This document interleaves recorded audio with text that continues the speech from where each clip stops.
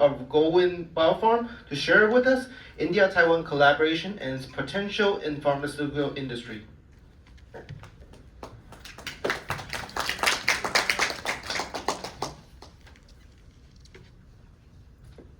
大家好，早安。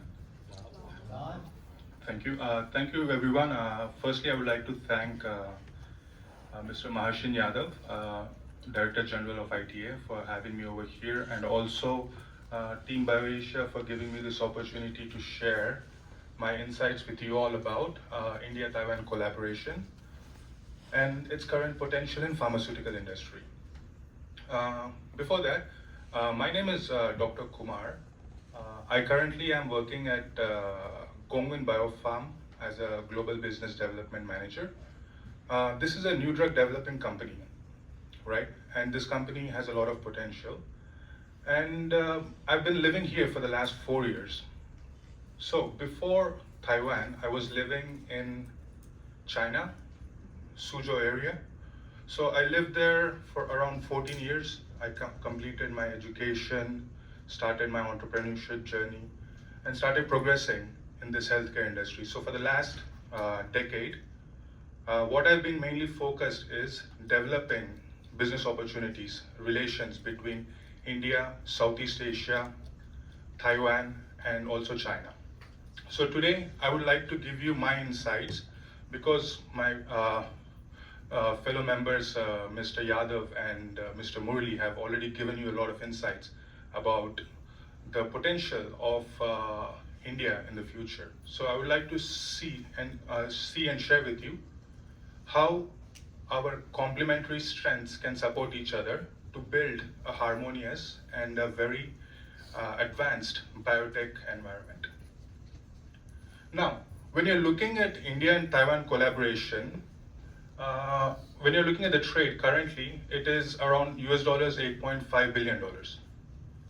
This is also growing, and it is steadily growing around like 8.9% compared to last year, that is of 2022, sorry. Also, as of now, in India, there are over 228 Taiwanese companies that have already invested $4.5 billion, and that has created around 170,000 jobs for Indian communities. However, I would like to say that this foreign direct investment in India is less than 1% of the total foreign direct investments that India receives. When you look at last year itself, in 2023, India received around 71 billion, and majority of that is from Mauritius, Singapore, US, Netherlands, or Japan. So I think there's a lot of opportunity for Taiwanese enterprises also to think about India and also to explore opportunities to invest in India. Also, when you're looking at the trade part, China and Taiwan does a trade of around $273 billion. The trade between India and China is around $103 billion. However, as I mentioned, there's a lot of scope for trade opportunities, foreign direct investments, and business developments possible between our two countries.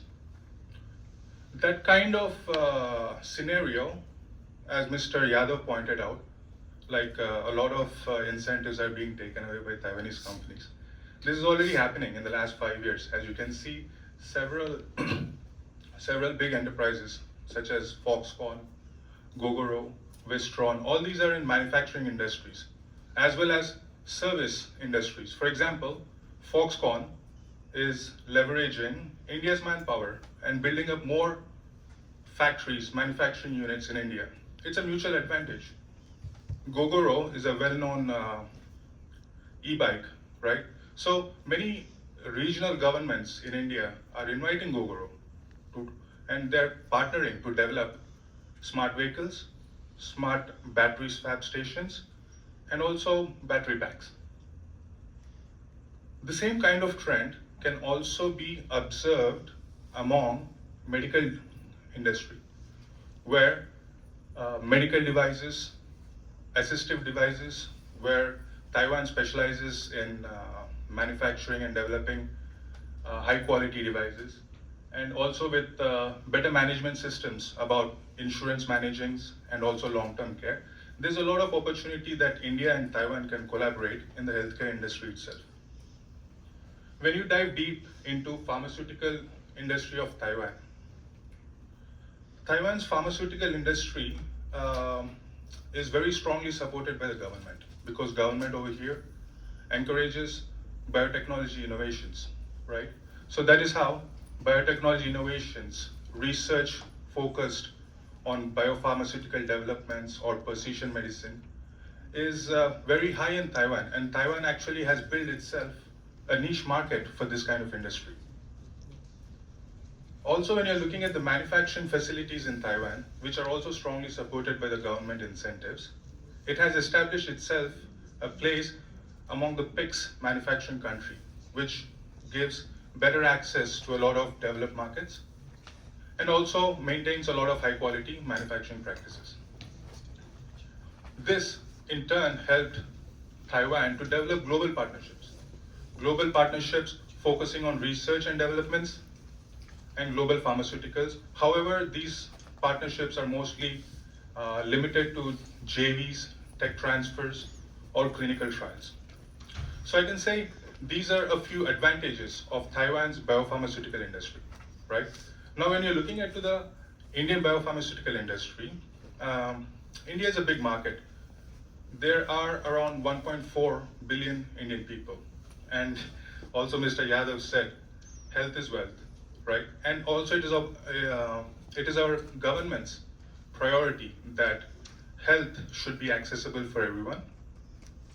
And also medicine should be accessible for everyone. That is how India has started its journey from backward integration, slowly reached sustainability, and now is forward integrating in the pharmaceutical sector. And that is how you can see a very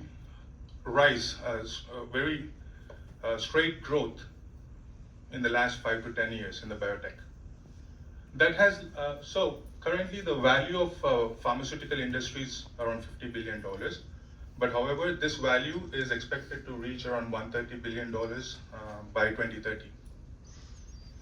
Now, when you're looking at the generic drug manufacturing capabilities of India, through backward integration and reaching sustainability, India has already established network with over 200 countries. So there are 200 strong supply chains. India supplies around 40% of generic drugs for the American market. 50% of global vaccines are supplied by India. And also, even in United Kingdom, 25% of the generic drugs are imported from India. That also has helped India to develop its manufacturing facilities.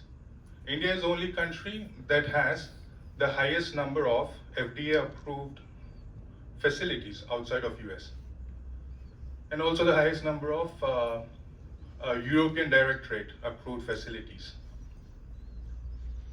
and also has a very strong global presence, just like with biopharmaceutical companies.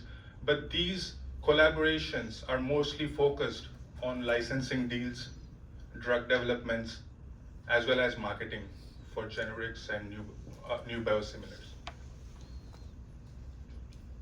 Now, everyone knows, like whoever is in the pharmaceutical industry knows that the whole cycle of developing a drug right from the research and development phase until the market expansion, there are so many hurdles, and we need so much of partnerships and collaborations with each other to progress forward.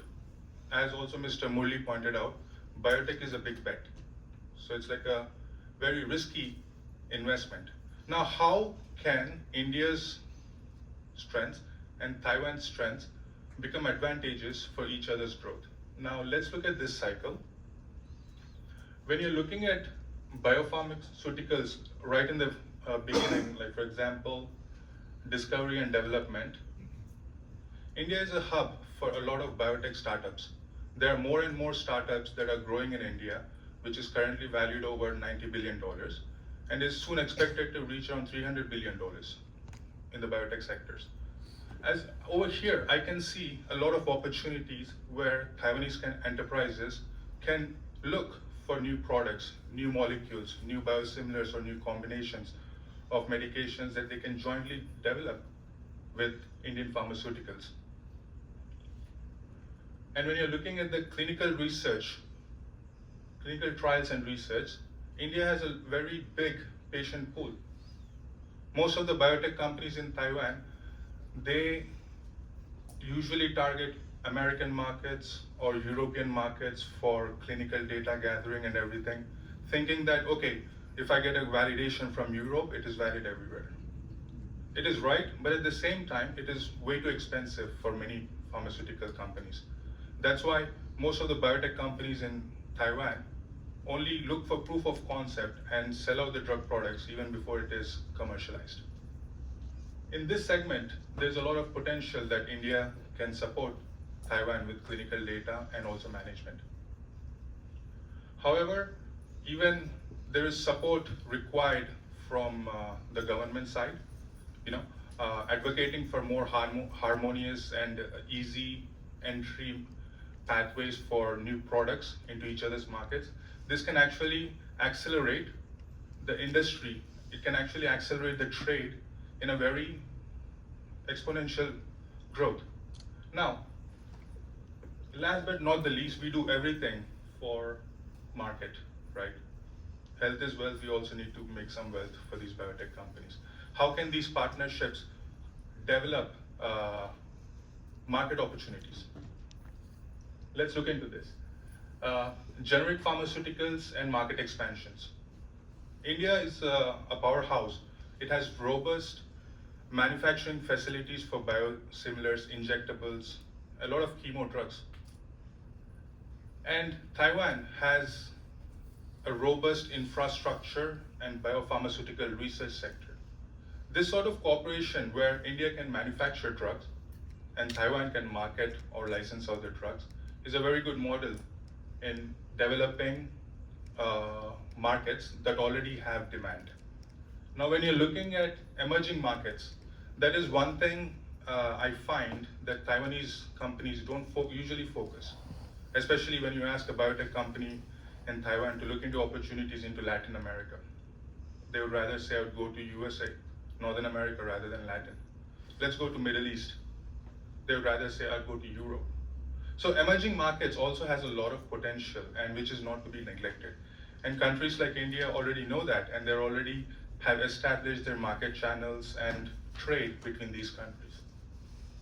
Now, when you're looking at a recent news that has been, this deal was done last year.